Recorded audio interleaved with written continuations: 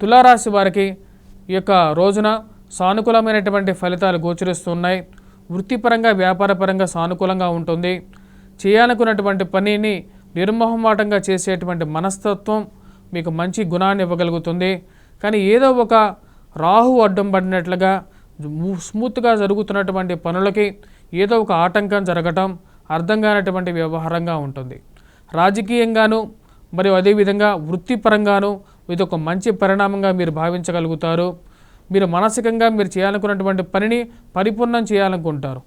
అడ్డు వచ్చినటువంటి వారు, బాగా తెలిసినటువంటి వారు ఎందుకు ఇలాంటి కష్టాన్ని కలిగిస్తున్నారో వారిని ఏ విధంగా అయినా సరే సరైనటువంటి సమయంలో సరైనటువంటి విధంగా వారికి గుణపాఠం చెప్పాలని భావిస్తారు. దాని యొక్క కార్యరూపంలోకి తీసుకెళ్తారు.